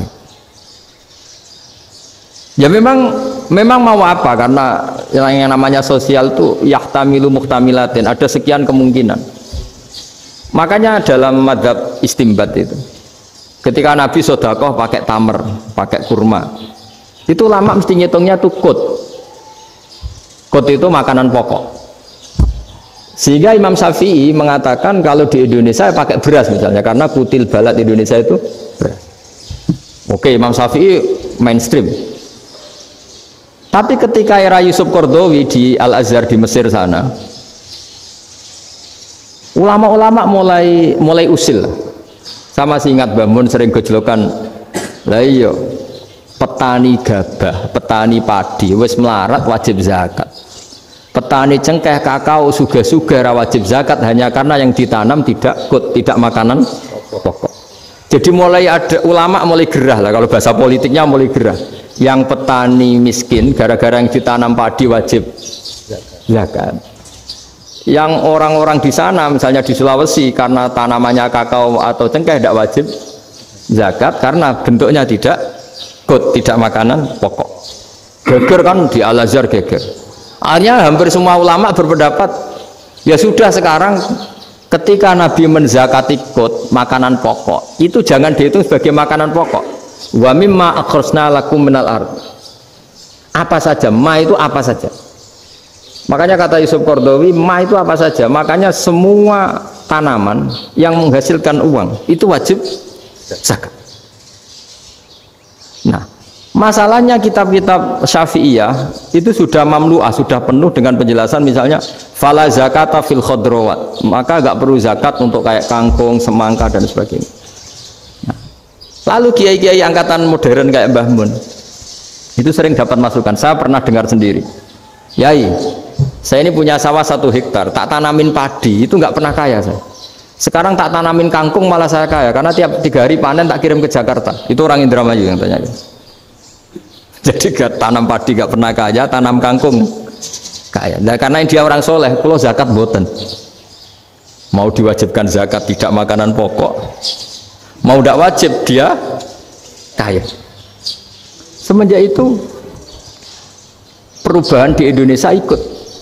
Akhirnya ada zakat, pokoknya asal tanaman yang satu nisab ya wajib zakat. Masih ada debat lagi. Ketika nanam ingin dipanen, itu dia petani apa pedagang? Karena nanti perdebatannya ikutnya zakat zuruk, zakat tanaman apa zakat pedagang. Kalau sampean nggak pernah debat berarti sebenarnya Anda tidak dosen Islam ini. Mau berusaha nggak pernah diskusi fikih apa Islam. Karena saya berkali-kali punya tamu itu begini, Gus saya ini pedagang melon, tapi dia penanam melon, jadi pedagang yang agak ingin badi banyak. Itu caranya gini Pak Rektor, saya misalnya pedagang melon, daripada saya kulak di pasar atau dari petani sudah mahal, nyewa tanah sekian hektar terus ditanami melon. Setelah berhasil ini dia zakatnya tanaman apa zakat pedagang? Karena dia nanam itu mentalnya sudah pedagang. Padahal nanti zakatnya beda kan? Yang satu 2,5%, yang satu rubul usur sama nisful usur sama usur, 1/10 sama 1/20. Kalau zakatnya zuruk kan 1/10 atau 1/20. Yang satu rubul usur, kira-kira 2,5. Saya ulang lagi ya. Jadi di era modern itu kita jadi bingung, pedagang tapi gayanya petani tapi hakikatnya. Jadi gampangannya gini ya, kalau saya pedagang beras, kok saya kaya raya, itu mendingan nyewa sekian hektar untuk ditanamin beras, padi ya, daripada tengkulak, daripada beli. Akhirnya perdebatannya ini zakatnya pakai apa? Misalnya tebu, misalnya petani tebu. Oh jelas kalau nanam tebu itu ingin dijual. Masa apa tiga es tebu berhektar-hektar? Lagi kira-kira kalau menurut jenengan ini zakatnya zakat apa? Tijarah atau zakat tanaman? Mentalnya tijarah, mentalnya pedagang. Nah ini saya hanya mau cerita. Khilaf kadang-kadang orang angen-angen. Khilaf itu nggak mungkin enggak. Ya sama seperti NU dan Muhammadiyah selalu khilaf awal Ramadan. Itu memang nggak bisa nggak khilaf. Misalnya begini. Nah, beri contoh ya. Karena kadang yang khilaf juga nggak pernah belajar. Lucu kan? Tak beri contoh ya. 2001 itu abad keberapa coba? Tahun 2001. Abad 21 abad 20? Abad 21. Jadi meskipun terpaut 1 tahun, padahal abad itu 100 tahun. Nah, pikirannya orang-orang Muhammadiyah seperti itu. Hilal kalau sudah melewati garis ufuk, meskipun setengah derajat atau 1 derajat itu sudah ikut bulan berikutnya. Sehingga ya sudah, meskipun sekian derajat sudah dianggap Ramadan. Nah, pikirannya orang NU enggak. Harus ru'yah bil fi'li. Itu sebetulnya lagi-lagi sebenarnya enggak masalah NU dan Muhammadiyah, itu di kitab-kitab ya seperti itu. Kita ini enggak biasa goblok ya. Artinya kita yang keluarga kiai tahunya kunut mazhab Hanafi, enggak kunut mazhab Syafi'i. Tapi tahu-tahu ini mazhab NU, ini mazhab itu aneh itu menurut kita ini anggap apa? Mana ada Muhammadiyah jadi mustahid, mana ada NU jadi mustahid. Jadi sebetulnya orang tahu semua lah kalau Abu Hanifah itu tidak kunut, Imam Syafi'i itu kunut. Imam Syafi'i pernah main di masjidnya Abu Hanifah ya tidak kunut, ditanya kenapa tidak kunut? Jenengan itu presiden kunut, tidak sanggup mati Abu Hanifah. Dulu ya biasa aja. Sekarang geger, ya karena tidak punya kegiatan. Sebenarnya itu nggak masalah, mulai dulu biasa. Saya teruskan ya. Nah, menurut mayoritas ulama nunggu ru'yah bil fi'li. Ru'yah bil fi'li itu gini. Mata telanjang bisa melihat karena agama ini menggantungkan perintah itu sama melihat. Kalau kamu tidak melihat itu bagaimana kena hukum? Ibarat gini, Pak Rektor datang ke rumah saya tapi saya nggak tahu. Kena nggak saya hukum harus menghormati? Dia datang nggak sembunyi-sembunyi. Saya kena hukum harus menghormati ya kalau melihat, kalau enggak ya enggak. Tapi Pak Rektor tetap bilang, tapi saya hakikatnya datang, jadi saya datang itu. Itu kan ribet. Akhirnya ya sudah, itu nggak ada khilaf sampai mati, ada khilaf karena yang satu menggantungkan hukum itu digantungkan sama tahu. Kalau tidak tahu ya, misalnya baju saya ini hakikatnya ada najis, pas sholat saya tidak tahu, sholat saya sah apa tidak? Sah, karena hakikatnya ya memang saya tidak tahu, tapi hakikatnya ada najis apa tidak? Ada.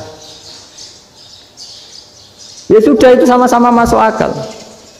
Ada lagi khilaf yang senam otak. Fasyamu salasati ayamin fil haji wa sab'atin idza raja'tum. Singkat cerita ada satu pelanggaran haji yang kata Allah kafarohnya itu puasa 3 hari sama 7 ketika kamu pulang, idza raja'tum, ketika kamu pulang. Dalam mazhab Syafi'i yang namanya pulang itu yang haji sudah sampai rumah. Di mana-mana pulang itu ya sampai rumah. Dalam mazhab Abu Hanifah enggak, ketika orang sudah balik kanan dari Arab Saudi, dari Mekah, ya namanya sudah pulang. Misalnya gini, ini Pak Rektor pamit saya, Pak Haris. Gus, Pak Haris mana? Ya sudah pulang kata saya, padahal sampai pandangan belum sampai depan. Tapi bagi keluarganya belum pulang. Lalu idza raja'tum ketika pulang itu bahasanya siapa? Bahasa istrinya apa bahasa yang ditamoni? Kamu ditamoni orang, terus tamunya mana? Sudah pulang. Tapi tanyakan istrinya, belum pulang. Khilaf-khilaf gini kok jadi geger itu kan goblok banget maksud saya itu. Jadi biasa, gini itu biasa. Jadi ya karena memang ini bukan masalah akidah, ini masalah furu'iyah, masalah fikih itu masalah furu'iyah. Mau tidak mau harus beda. Misalnya di sholat juga gitu. Wa ayyuku udin ko adal musolli sokat sholatu. Duduk dengan gaya apapun itu sholatnya sah. Jika sampean kalau haji atau umroh, orang Arab itu jenenge duduk enak awak di kursi. Duduk sopan ya hanya orang Indonesia loh. Kalau sholat itu masih duduk ala orang tahiyat. Kalau sampean di Mekah, duduknya pakai apa coba? Kursi ya? Oh enak sholat duduk. Karena memang takbirnya di fikih dengan duduk gaya apa saja sah. Makanya sengenak awak duduk di kursi. Ribet kan? Mau tidak disahkan itu namanya duduk. Mau disahkan masa iya soal Allah kok duduk santai-santai gitu. Tapi mau apa? Ini fikih. Ya saya ulang lagi, ini fikih. Fikih itu ya sudah, ini fikih. Makanya kalau ulama berdebat, misalnya Abu Hanifah berpendapat sholat itu wajib baca Fatihah pasal Quran. Dalam mainstreamnya ya Fatihah, karena la sholata liman lam yaqra bi Fatihatil kitab. Tapi cara Abu Hanifah enggak. Faqra'u ma tayassara minal Qur'an, bacalah apa saja yang mudah bagi kamu, asal itu Quran. Sementing gak gending Jawa, gak nyanyi lah gitu. Ya sudah, mau apa coba? Jadi ya susah memang kalau fikih itu ya sudah seperti itu. Ada lagi yang masih ekstrim, misalnya yang namanya menyembelih hewan itu gimana coba? Dari hidup ke mati, apa pasti mati disembelih? Cara mazhab Imam Syafi'i yang namanya menyembelih itu penyembelian harus menjadi sebab kematian. Itu yang sah. Karena lagi penyembelian menjadi sebab kematian yang syar'i. Sehingga beliau mensyaratkan hewan yang disembelih ini masih punya hayatun mustaqirrah, punya kehidupan yang normal. Sehingga kalau nggak disembelih ya hidup. Sehingga kalau ada hewan ketabrak truk kejet-kejet mesti mati ini buat sembelih, itu nggak sah karena nggak usah disembelih ya wes mati kan. Karena ini hanya nunggu koordinasi Israel kan, dia kejet-kejet itu kan prosedur itu. Tapi tidak disembelih pun mati. Tapi cara mazhab Malik enggak. Pokoknya anggere jek duwe nyawa jenenge kewan urip. Dengan kamu sembelih berarti matine mergo mbok sembelih. Meskipun nanti ya enggak usah disembelih ya mati. Coba hitung secara ilmu matematika. Kalau enggak disembelih hidupnya 5 menit. Gara-gara kamu sembelih hidupnya langsung mati. Terus dia matinya, cara di persidangan matinya disebabkan apa? Disebabkan disembelih apa kecelakaan? Loh, debat toh kamu. Sama-sama UMM aja debat.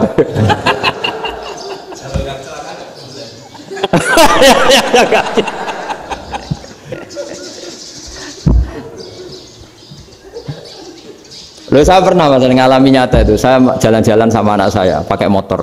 Sampai di jalan raya gitu ada ayam jago ketabrak mobil, kejet-kejet. Orangnya tanya, Gus ini halal atau ora? Wis kanggo kon halal lah. Suatu saat dia nggak terima kan, tanya, kenapa Gus? Ya nak kiai ra pantes, masuk kewan mesti mati nih tak sembelih. Nak kiai pantes kata. Karena aku tahu kamu tuh gak kiai, mesti motifnya itu mergo jago, jajal cilik gak mau takokno. Adekan ayam itu bayi kan gak ditanyakan. Kejat-kejat mati rak lah, wong cilik wae. Tapi masalahnya ini kan jago, eman itu. Tapi secara fikih pertanyaannya tadi, hewan yang sudah tidak punya hayatun mustaqirrah, dia hanya punya al hayat al ittiroriyah, dia punya harokah ittiroriyah. Dia mati kejat-kejat, memang prosedur mati harus seperti itu. Mbok kecelakaan kayak apa, kalau mati kan kejat-kejat dulu. Nah ketika kejat-kejat ini pertanyaannya ini kan hidup apa mati namanya? Enggak, namanya hidup apa mati? Pas kejat-kejat itu hidup. Cara Imam Malik itu hidup. Ya sudah, kalau hidup disembelih ya halal. Karena misalnya nanti kalau nggak disembelih matinya kan 2 menit lagi, gara-gara disembelih mati sekarang. Tetap penyebab kematian itu nyembelih. Penyembelian ini sebab kematian. Tapi kalau Imam Syafi'i enggak, cara berpikir wes nemen, paling roh besok kaget langsung mati. Kalau gitu berarti kamu nyembelih barang mati. Jadi fikih itu kadang unik. Makanya ketika ngitung fikih itu unik ya. Orang keluar mani wajib apa? Mandi kan. Terus Imam Syafi'i ditanya, kenapa kalau orang lahir kelahiran juga harus mandi? Namanya nifas. Fa innal walada waliyun munakidun. Ya anak ya mani yang menggumpal. Bedanya apa anak dengan mani itu? Jadi fikih itu kadang lucu, di rumah-rumah tenan juga lucu. Keluar mani wajib mandi. Berarti kalau keluar anak ya wajib mandi, karena hakikatnya anak adalah mani yang mengkristal. Terus usia sudah didosan macam-macam itu kan hakikatnya mani. Itu fikih. Nah terus ditanya, kenapa kalau lahir langsung mati tidak wajib disolati? Ya jawabannya Mas Syafi'i lucu.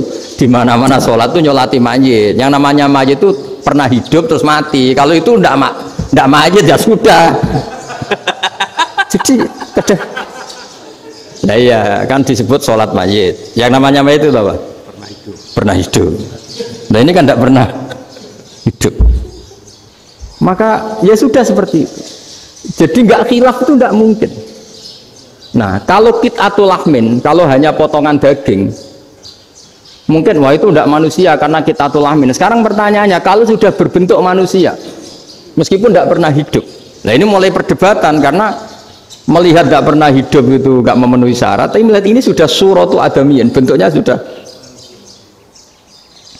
Nah kira-kira gitu perdebatan fikih. Makanya dulu awal mula zaman sahabat itu sudah debat. Masyhur kan Nabi ada kontingen ke Bani Quraidah. Ya kalau kira-kira saya minta Pak Rektor kamu jangan, kalau ke Malang jangan sholat asar kecuali sampai Tuban. Sebelum Tuban ternyata matahari mau tenggelam. Terus Pak Rektor milih, wah sudah sholat di Bulu. Padahal belum Tuban. Padahal saya bilang jangan sholat asar kecuali di Tuban. Yang Pak Haris enggak, tetap sholat di Tuban meskipun matahari sudah tenggelam. Karena Nabi menyebut Tuban. Singkat cerita, zaman itu kan Bani Quraidah. La tusolliyanal asra illa fi Bani Quraidah. Kalian semua jangan sholat asar kecuali sampai Bani Quraidah. Ternyata di tengah perjalanan matahari sudah mau tenggelam, kira-kira kurang 2 menit atau 3 menit. Sahabat-sahabat, sudah lah kita sholat asar di sini. Kalau sampai sana pasti sudah tenggelam. Separuh sholat. Yang separuh enggak, kata Nabi harus di Bani Quraidah. Ya sudah nunggu di Bani Quraidah meskipun matahari sudah tenggelam. Sehingga cerita dua kelompok ini matur, ya Rasulullah kita ngalami ini perdebatan gini-gini. Di semua riwayat di hadis-hadis sahih disebut falam yu'annif wahidan minhuma. Nabi tidak menyalahkan salah satunya atau enggak menyalahkan dua-duanya. Itu bahasa Indonesia juga ribet, yang benar gimana tuh? Enggak menyalahkan salah satunya, apa enggak menyalahkan dua-duanya? Gimana bahasa benarnya? Salah satunya. Salah satunya itu dua-duanya? Ya. Enggak, kalau bahasa Indonesia tidak menyalahkan Kedua-duanya. Kedua-duanya apa salah satunya yang benar? Kedua-duanya. Kedua-duanya. Bahasa Indonesia itu ya kadang ruwet ya. Orang pinter kayak Pak Habibie itu namanya ya orang luar biasa. Nanti sekolahnya orang-orang idiot itu ya sekolahan luar biasa. Orang pinter banget bahasa Indonesianya luar biasa. Kalau sekolah untuk orang-orang yang idiot juga luar biasa. Jadi kalau dipuji luar biasa itu gak jelas ini luar biasa ya. Gak jelas kata bahasa kita ini katanya gak jelas. Nah itu gak menyalahkan dua-duanya apa salah satunya? Keduanya, tidak menyalahkan kedua-duanya. Misalnya dibahasakan nggak menyalahkan salah satunya, benar apa salah? Benar ya? Benar, berarti ya sudah benar semua. Jadi itu bukti bahwa ijtihad itu boleh. Saya ulang lagi, bukti bahwa ijtihad itu boleh. Padahal ini jelas, yang satu harus sholat asar, padahal matahari sudah tenggelam. Makanya di antara fikih unik itu begini. Saya ulang lagi fikih unik. Saya menyaksikan betul ketika ada orang tanya Mbah Mun, saya ini Kopassus. Kadang latihan itu sampai waktu zuhur habis. Saya harus bagaimana? Jawabnya Mbah Mun itu unik. Sementing ojo ngosor sholat. Engkau yojo niat jamak, atau kodok katanya. Singkat cerita terus orang ini diskusi sama saya karena ini ya alim pernah mondok. Kenapa kosor tidak boleh? Karena kosor itu ekstrim, merubah bentuk sholat dari 4 menjadi 2. Maka alasannya harus jelas. Harus jelas itu orang yang latihan di Kopassus itu kan dia sudah berasrama di situ. Berarti dia sudah tidak musafir karena asramanya di situ, sudah mukim. Kalau dia kosor itu merubah bentuk sholat dari 4 menjadi 2. Merubah itu ekstrim. Tapi kalau dia qadha itu hanya mengakhirkan sholat dari waktunya. Kira-kira kalau kamu jadi malaikat ekstrim mana? Merubah sama menunda?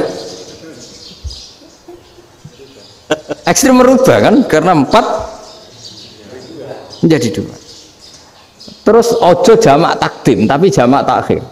Itu juga penting. Bagi pengkaji fikih itu penting. Kalau jamak takhir itu salah-salah sidik ora pati popo. Kenapa? Kan mirip zuhur qadha. Kalau jamak takhir kan. Tapi kalau jamak takdim asar kok di waktu dua ekstrim mana? Perubahan takhir sama takdim itu ekstrim mana? Ekstrim takdim karena melakukan sesuatu belum waktunya. Belum waktunya. Jadi itu memang ya memang tadi kajian-kajian fikih itu memang unik. Karena bagi ahlinya, saya ulang lagi, tapi ini saya ulang lagi bagi ahlinya. Makanya ketika Nabi menjamak sholat ketika nusuk, ketika haji itu kata Imam Syafi'i lis safar, karena Nabi pergi jauh karena rumahnya Medina. Tapi resikonya fatwa itu adalah orang Mekah nggak boleh jamak karena kawasannya nggak sampai 90 kilo lah kalau sekarang mungkin. Tapi kalau tahu Imam Malik nggak, jalin nusuk sehingga orang Mekah pun yang haji ya boleh jamak karena alasan jamaknya karena nusuk, karena haji bukan karena jarak. Terus diteruskan lagi, kalau karena pergi boleh jamak, memangnya pergi itu kenapa? Karena repot. Nah itu masalah kan, masyakoh. Nah, terus mulai ada orang-orang yang ngawur kan, resepsi jamak ribet, wes resepsi duit utangan kan capek. Wah itu sudah jamak ribet kan. Jadi kalau sudah illatul hukmi itu sudah mesti bikin masalah. Kalau sudah illatul hukmi itu pasti bikin masalah. Nah, pertanyaannya, jamak itu masih gampang karena bentuknya sholat masih 4. Yang ekstrim kalau qasar karena bentuk sholat 4 menjadi 2. Maka kata Mbah Mun pesennya, nak kue ra mesti bener, jika alasan itu tidak mesti benarnya. Pokoknya sementing tidak qasar. Juga tidak jamak takdim karena qasar ini kan merubah bentuk sholat kan ekstrim. Jamak takdim juga ekstrim karena mendahulukan sholat sebelum waktunya. Kalau jamak takhir kan biasa, kalaupun salah kan mirip kodok. Ya mirip kodok biasa kan. Nah ini saya cerita, jadi fikih itu bagi ahlinya itu memang punya konsekuensi yang seperti itu. Makanya pertanyaannya misalnya bagaimana hukumnya penyembelihan lewat mesin? Ya ribet kan. Bagaimana nyembelih dari apa ini? Belakang. Saya baca di kitab-kitab nyembelih dari belakang itu ya hukumnya tetap boleh asal apa itu hulkum dan mari itu terpotong. Tapi pertanyaannya, jangan-jangan ayamnya sudah kaget dulu karena uratnya ini. Makanya perlu ditanya ahli medis, setelah uratnya tercabut ini jangan-jangan sudah berstatus mati. Kan potensi ketika dipotong dari sini, potensi sudah berstatus mati. Makanya, nah kalau misalnya menyembelih dengan dibaca plak gitu langsung mati gimana? Itu tetap ada doktoh, kalau dalam bahasa fikih doktoh. Dia terkaget, begitu ada doktoh karena nggak bisa bernafas terus mati. Berarti kelangsungannya bangkai. Jadi orang yang pengkaji fikih itu ya seperti itu, memang itu yang ditekuni. Tapi kita sebagai orang awam ya tadi, nak sing kecelakaan itu wedhus, ayam jago ngeman, tapi nak pitik cilik ikhlas.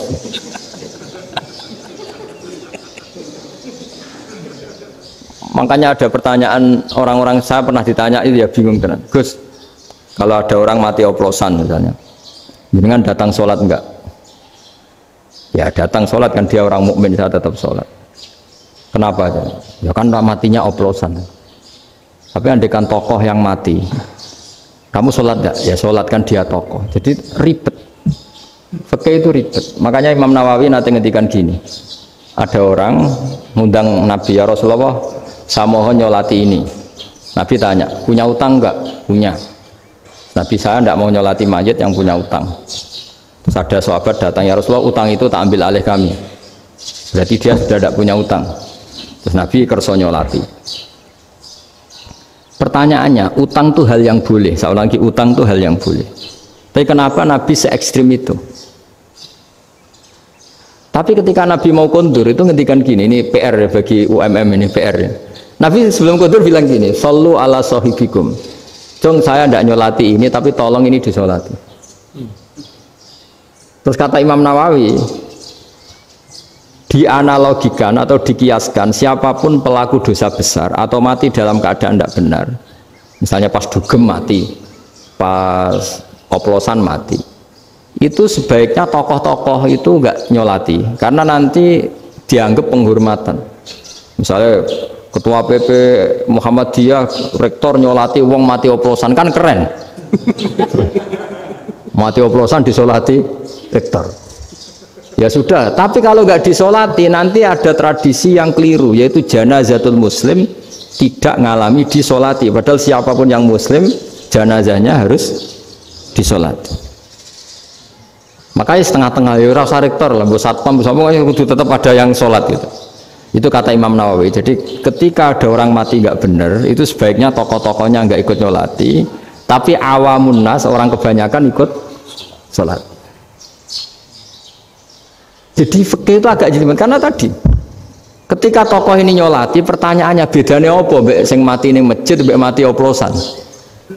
Karena sama-sama semua orang nyolati, kan tidak ada sanksi sosial itu.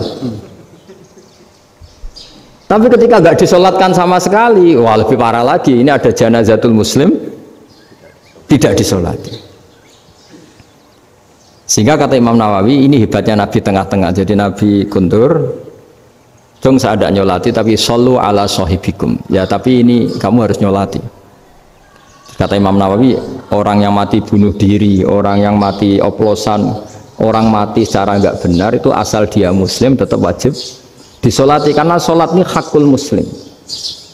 Kan seorang muslim diantara haknya apa? Ketika mati dikafani, dimandikan, disolat.